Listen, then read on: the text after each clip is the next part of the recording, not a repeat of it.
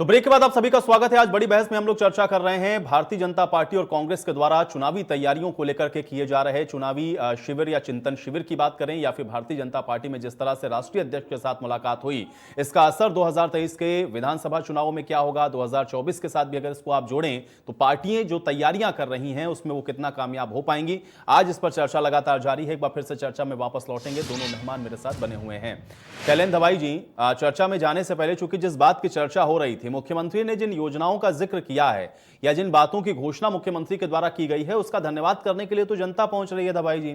अब वहां पर कोई ऐसा तो नहीं है कि वो कांग्रेस के कार्यकर्ता हैं जो मुख्यमंत्री का धन्यवाद कर रहे हैं। अगर जनता कनेक्ट हो रही है या जनता कन्विंस हो रही है जो घोषणाएं की गई हैं, तो कैसे आप लोग जनता को अपने पक्ष में लाएंगे? और ऊपर से एकजुट भी आपको होना है दवाई जी, ये एक बड़ा चैलेंज नहीं है?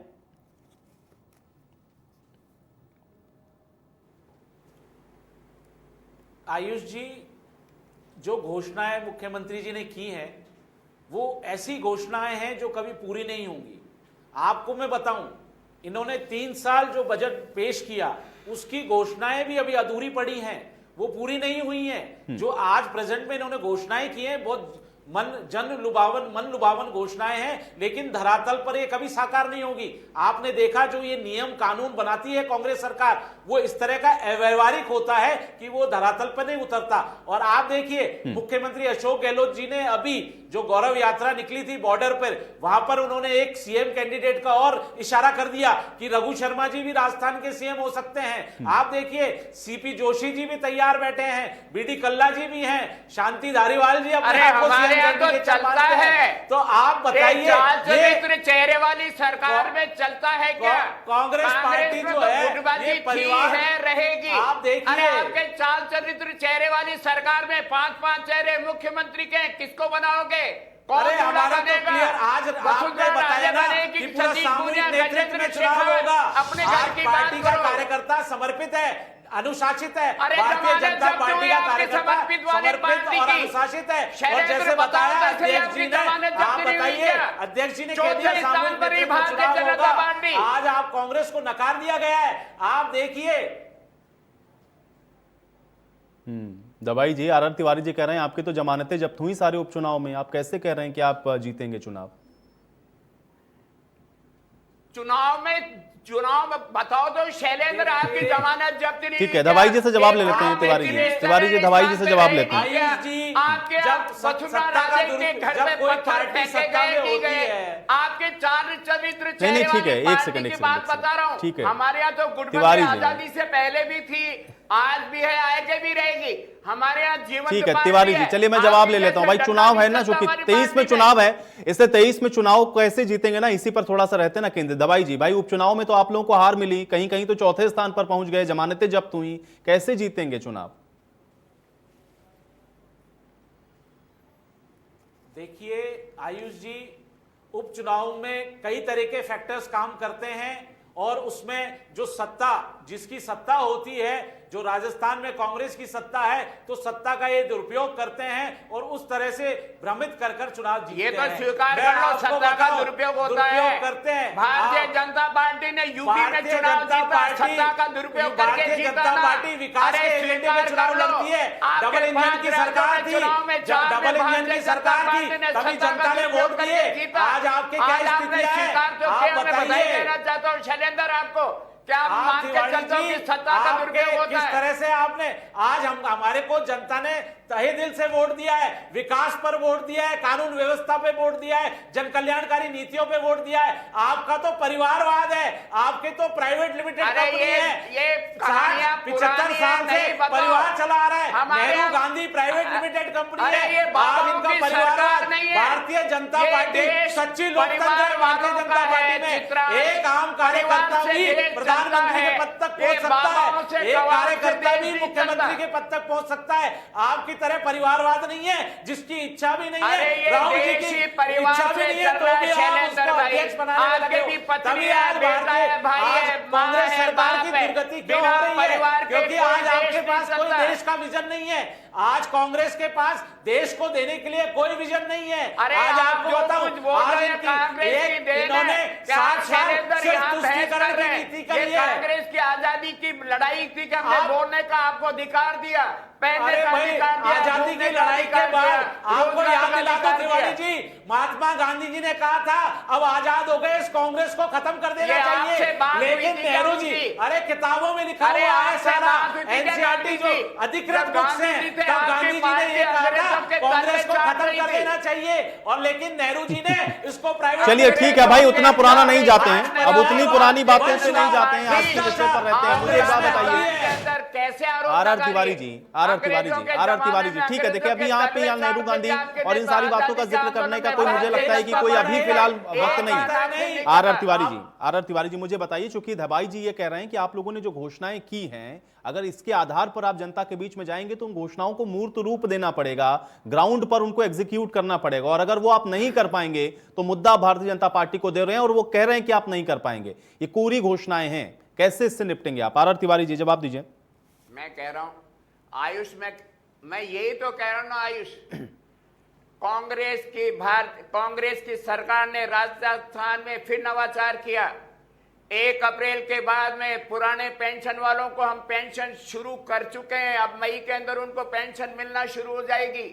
राजस्थान देश का पहला राज्य है जब मुख्यमंत्री चिरंजीवी योजना में हमने 5 लाख का दायरा 10 लाख में बढ़ा दिया। एसएमएस अस्पताल में चिरंजीवी योजना की पोल हर सरकार में हर नीति में होती है। एसएमएस अस्पताल में जो मरीज थे उन्होंने सीएम को घेर दिया, चिकित्सा व्यवस्था की पोल खोल दी। चिरंजीवी योजना में हॉस्पिटल में भर्ती नहीं करते। आप देखिए इस तरह की कोई योजना है, अधिकृत हॉस्पिटल है, वो उसमें भर्ती नहीं कर रहे मरीज को। आप चिरंजीवी योजना की बात कर रहे हो, आपकी योजनाएं असफल हो गई है। कल आप एक गौवंश पालन का एक नियम दिया है कि अब पशुपालक वर्ग गौवंश नहीं रख सकता। आपकी पोल खुल गई चिकित्सा व्यवस्था की, आपके मुख्यमंत्री के सामने जनता ने खोल दिया सारा चिट्ठा की पैसे, बिना पैसे के हमको। चलिए तिवारी जी से जवाब लेते हैं, ठीक है धवाई जी, बाहर से 10-10 हजार में धवाई जी सुन लेते हैं, सुनते हैं धवाई जी। देखिए आरोप लगा रहे हैं तो सुन लीजिए धवाई जी, सुनते हैं ना। देखिए ठीक है, अब योजनाओं का लाभ नहीं मिला तो बढ़िया है ना भाई, आपके लिए तो रास्ता खुला हुआ है, लेकिन जनता के बीच में जाइए और जनता को बताइए। आर तिवारी जी कह रहे हैं कि जो योजनाएं आप चला रहे हैं उसकी पोल तो जनता खोल रही है। कांग्रेस में मुख्यमंत्री ने सुनी सबकी पीड़ाएं, दूसरे दिन एसएमएस हॉस्पिटल में राजस्थान का चिकित्सा मंत्री गए, वहां उन्होंने व्यवस्थाएं दुरुस्त की। योजनाएं सरकार के माध्यम से चलती है, अधिकारी कर्मचारी अगर गड़बड़ करते हैं तो उनको भी ठीक करना आता है अशोक गहलोत को। अरे पहले अपने विधायकों को तो ठीक कर लो तिवारी जी, हम विधायक अधिकारियों को मार रहे हैं, अधिकारियों को पीट रहे हैं, वापस आएंगे, अधिकारियों को गाली दे रहे हैं। आपके विधायक घूसखोरी में हैं, आपके विधायक ईट के लीक में हैं, जो मुख्य आरोपी है वो इनके विधायकों के घर बैठता है। आप देखिए क्या बात करते हो। आज राजस्थान में टोटल फेलियर हो चुकी है मुख्यमंत्री अशोक गहलोत जी की सरकार।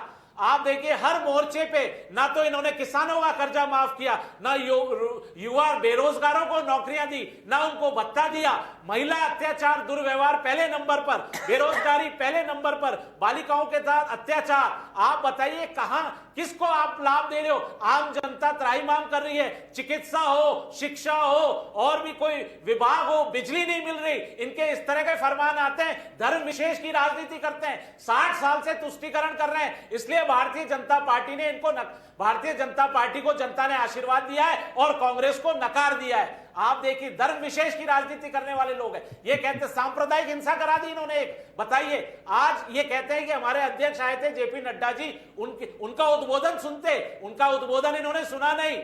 उनका उद्बोधन सुनते और जो वीडियोस आए थे वो क्या आपको बताते हैं कौन एक विशेष वर्ग के लोगों ने पत्थर इकट्ठे किए। ये सारी तमाम नाकामियों का ठीकरा भारतीय जनता पार्टी पे फोड़ रहे हैं। आप देखिए कांग्रेस सरकार अपनी नाकामियां, विफलताएं, इनका ठीकरा हमारे कभी प्रधानमंत्री नरेंद्र मोदी जी पे फोड़ते हैं, कभी अमित शाह जी पे, कभी अध्यक्ष जी पे, कभी राजस्थान के हमारे अध्यक्ष सतीश पूनिया जी पे। हमारा भारतीय जनता पार्टी, ठीक है तिवारी जी जवाब दें, तिवारी जी अनुशासित है, हमारा कार्यकर्ता नहीं। दवाई जी ये बात तो आप शुरुआत से कह रहे हैं, अनुशासित है, सब कुछ है, लेकिन गुटबाजी भी तो दिखती है ना। तिवारी जी जवाब दीजिए। वो मैंने आपको बताया आयुष जी, वो हमारे शीर्ष नेतृत्व बैठा, शीर्ष नेतृत्व ने बैठ के मार्गदर्शन दिया, हमारे समय समय पे मार्गदर्शन देते हैं। और आप आने वाले समय में देखिए पूरे सामूहिक नेतृत्व के साथ सब एकजुट होकर चुनाव लड़ेंगे और कांग्रेस को 2023 से राजस्थान से विदा करेंगे। एक चेहरा कौन होगा शैलेंद्र भाई जी भारतीय जनता पार्टी का? ये बोल नहीं पाए, 3 साल में जमानत जब्त हुई, 8 में से 6 विधानसभा के चुनाव। दबाई जी, चेहरा कौन होगा मुख्यमंत्री देश का? के अंदर 70 रुपए का पेट्रोल भारतीय जनता पार्टी को महंगा नजर आता था। अब की बार मोदी सरकार का नारा लगाने वालों ने 120 रुपए लीटर पेट्रोल कर दिया। तिवारी जी ठीक है, राजस्थान में सबसे ज्यादा कर दिया। मेरी माँ बहनों का गैस का सिलेंडर 400 रुपए का महंगाई था, आज 1000 का सिलेंडर कर दिया। सीमेंट आज 450 रुपए का एक बैग हो गया। लोहे का भाव 100 रुपए किलो हो गया। हर चीज महंगी भारतीय जनता पार्टी के शासन में। सब्जी महंगी, खाने का तेल महंगा। ठीक है, लेकिन तिवारी जी लेकिन मुझे एक बात बताइए, अगर सिलेंडर महंगा है, लोग परेशान हो रहे हैं, सिलेंडर महंगा है, लोग परेशान हो रहे हैं, आपने तो उत्तराखंड में कहा था कि हम 500 रुपए का सिलेंडर देंगे, वो स्कीम क्यों नहीं लागू कर देते राजस्थान के अंदर? ये और मुश्किल हो जाएगी भारतीय जनता पार्टी के लिए जीतने के लिए, लेकिन वो नहीं करेंगे आप यहाँ पर। अरे ये तो केंद्र संचालित है भारतीय जनता पार्टी। उत्तराखंड में कैसे कहा था आपने? ये भारत की सरकार उत्तराखंड में कैसे कहा था कि हम 500 रुपए में सिलेंडर देंगे? वो तो मुझे भी पता है कि केंद्र संचालित है, गैस एजेंसियां कहां से ऑपरेट हो रही हैं। करते हैं आपने 500 रुपए में उत्तराखंड के अंदर कहा था ना, वो मैनिफेस्टो है आपके पास कि नहीं है? अगर 500 रुपए में वहां सिलेंडर दे सकते हैं तो राजस्थान वालों को भी दे दीजिए भाई। 500 रुपए में सिलेंडर क्यों नहीं देते हैं?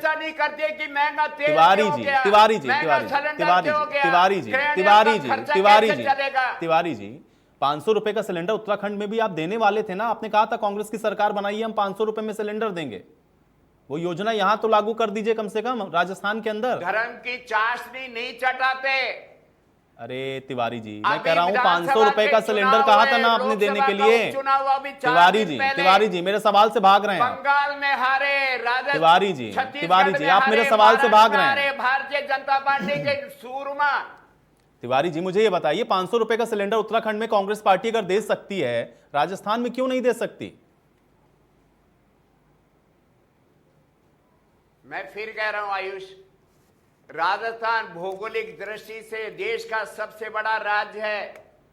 राजस्थान में पूर्वी राजस्थान का जो हमने सपना देखा था, वसुंधरा राजे जी ने जो प्रस्ताव भेजा, राजस्थान में कैनाल को राष्ट्रीय परियोजना बनाओ, ईस्टर्न कैनाल को। 500 का सिलेंडर क्यों नहीं दे सकते? 2-2.5 करोड़ 500 का सिलेंडर क्यों पानी के लिए 500 का सिलेंडर क्यों नहीं दे सकते? मेरा सवाल ये है, तिवारी जी मेरा सवाल ये है। अब आप देखिए बात को घुमा रहे हैं तिवारी जी आप बात को घुमा रहे हैं। आप मेरे सवाल का जवाब नहीं दे रहे, आप मेरे बात का मेरे सवाल का जवाब नहीं दे रहे। तिवारी जी चुनावी घोषणाएं फिर क्यों करते हैं? और आप कहते हैं कि भाई सस्ता कर दीजिए, सस्ता कर दीजिए। आप ये कहते हैं कि हमारी सरकार बनाई है, हम फला चीज सस्ती कर देंगे, तो भाई वो करके दिखाइए जहां आपकी सरकार है। और प्रदेशों में भी सरकार बनानी है कि नहीं बनानी है? एक संदेश तो देंगे ना कम से कम। मुझे एक बात बताइए, अभी और प्रदेशों के अंदर चुनाव होंगे, अगर राजस्थान के अंदर आप 500 रुपए का सिलेंडर दे देंगे उसी स्कीम के तहत, जिस स्कीम के तहत आप उत्तराखंड में देने वाले थे, तो आपको गुजरात में भी फायदा होगा, हिमाचल में भी फायदा होगा। लेकिन वो स्कीम आप लागू नहीं करेंगे राजस्थान के अंदर। की बात राजस्थान के साथ मत जोड़ो। मैं राजस्थान के सवाल का जवाब दे सकता हूं। चित्रण, अरे आपकी पार्टी का मैनिफेस्टो था, आपकी पार्टी का मैनिफेस्टो था तिवारी जी, आपकी पार्टी का मैनिफेस्टो था तिवारी जी, आपकी पार्टी का मैनिफेस्टो था, इसलिए मैं पूछ रहा हूं आपसे। कांग्रेस पार्टी क्या वहां की अलग है और राजस्थान की अलग है? अलग अलग कांग्रेस पार्टी है क्या तिवारी जी? तिवारी जी अलग अलग है क्या कांग्रेस पार्टी? अलग अलग है क्या कांग्रेस पार्टी? मैं ये मानूं कि राजस्थान की कांग्रेस अलग है, उत्तराखंड की अलग है, मैं ये मानूं। हर राज्य का अपना है। यूपी के अंदर मैं लड़की हूं, लड़ सकती हूं, वहां का धरातल अलग था, वहां का समीकरण अलग था। तो फिर आप भारतीय जनता पार्टी को अगले प्रदेशों का हवाला क्यों देते हैं? तिवारी जी अभी इसी चर्चा में आपने उत्तर प्रदेश का जिक्र किया कि नहीं किया? तिवारी जी अभी इसी चर्चा के अंदर आपने तमाम प्रदेशों का जिक्र किया कि नहीं किया? तिवारी जी आपने खुद जिक्र किया ना भारतीय जनता पार्टी का अन्य प्रदेशों को लेकर के, जब आप करते हैं चर्चा और आप कहते हैं कि भारतीय जनता पार्टी फला प्रदेश में ऐसा कर रही है, तब आपके ऊपर ये एप्लीकेबल होता है। तो फिर राजस्थान की बात करिए, अगले प्रदेशों में मत जाइए। प्रियंका गांधी जी ने स्लोगन तो दे दिया, लेकिन सिर्फ यूपी से बाहर नहीं आई। राजस्थान, छत्तीसगढ़, दिल्ली, जहां पर भी महिलाओं के साथ अत्याचार हो रहे हैं, वहां आवाज नहीं उठाई इन्होंने। इस तरह के तो कांग्रेस पार्टी का चाल चरित्र नीति नियत सब साफ हो गई है, जनता इनको जान चुकी है। चलिए दवाई जी मुझे ही बताइए, राजस्थान में भारतीय जनता पार्टी का चेहरा कौन है? देखिए, आपको जैसे बताया हमारे अध्यक्ष जी जेपी नड्डा जी ने पूरे शीर्ष जो भी नेतृत्व है राजस्थान का उन सबको बुलाया और उनसे चर्चा करी, आगे कार्यक्रम क्या होगा उस पर बात करी, और उन्होंने बताया कि सामूहिक नेतृत्व में चुनाव होगा। और जो आप चेहरे की बात कर रहे हो, ये पार्लियामेंट्री बोर्ड तय करेगी, जो हमारी शीर्ष संस्था है, संसदीय बोर्ड है, वो तय करेगा कि भाई आगे राजस्थान में मुख्यमंत्री कौन होगा। लेकिन आज की तारीख में भारतीय जनता पार्टी का कार्यकर्ता, नेतागण, जितने भी हमारे लोग हैं, सब एकजुट हैं और एक होकर हम चुनाव में जाएंगे। और जो केंद्र की नरेंद्र मोदी जी की जन कल्याणकारी योजनाएं, विकास की योजनाएं और राज्य सरकार की जो विफलता है, वो शीर्ष नेतृत्व ने तो ये तय किया था ना कि प्रदेश अध्यक्ष सतीश पूनिया होंगे। उसी शीर्ष नेतृत्व ने ये तय किया था कि प्रदेश अध्यक्ष सतीश पूनिया होंगे, तो फिर गुटबाजी क्यों हो गई? भारतीय जनता पार्टी सशक्त प्रशासन देगी। आप देखिए, दवाई जी मुझे बताइए, आपने कहा कि आपका पार्लियामेंट्री बोर्ड तय करेगा, आपका शीर्ष नेतृत्व तय करेगा, लेकिन मुझे बताइए उसी शीर्ष नेतृत्व ने यह तय किया कि सतीश पूनिया प्रदेश के अध्यक्ष होंगे भारतीय जनता पार्टी के, फिर गुटबाजी क्यों हो गई? इसीलिए तो मैंने पूछा ना कि भाई कौन होगा चेहरा आपका? कल को शीर्ष नेतृत्व कुछ तय करेगा, अगला गुट कहेगा कि नहीं हम तो मानते नहीं। दवाई जी आप बताइए, ये अभी आप जो क्वेश्चन कर रहे हैं ये, हाँ आयुष जी, ये अभी का क्वेश्चन नहीं है, अभी पहले आप चुनाव तो होने दीजिए। अभी अध्यक्ष जी ने कहा है, अरे मैं तो गुटबाजी की बात इसीलिए तो आपसे पूछ रहा हूं ना, उसके बाद उस चेहरे तक भी हम जाएंगे, क्योंकि अब समय नहीं है, 23 में चुनाव होने, उसमें समय नहीं है, और इतनी जल्दी ये गुटबाजी कैसे समाप्त हो जाएगी, वो कौन सा जादू हो जाएगा, यही तो मैं समझना चाह रहा हूं। भारतीय जनता पार्टी का एक संविधान है, भारतीय जनता पार्टी का एक संविधान है, उस संविधान के तहत सबको एक कालखंड मिला होता है, वर्ष होता है, निर्धारित वर्ष होता है, तो उस वर्ष में हर व्यक्ति अपना दायित्व निभाता है। तो यहाँ हर व्यक्ति को जो दायित्व दिया जाता है, नेतृत्व ने जो कहा, शीर्ष नेतृत्व ने जो कहा, और उसके बाद जो राजस्थान में हुआ, मैंने केवल 2 घटनाओं को उसके साथ जोड़ा। शीर्ष नेतृत्व ने, दवाई जी आपके कहा कि प्रदेश अध्यक्ष सतीश पूनिया होंगे, शीर्ष नेतृत्व ने कहा कि प्रदेश अध्यक्ष सतीश पूनिया होंगे, लेकिन उसके बाद गुटबाजी हो गई। इसीलिए मैं कह रहा हूं कि एकजुट होने की बात जो कही गई है, वो एकजुटता दिखेगी कैसे ग्राउंड के ऊपर? और अब तो 1 ही साल का समय बचा है आपके पास।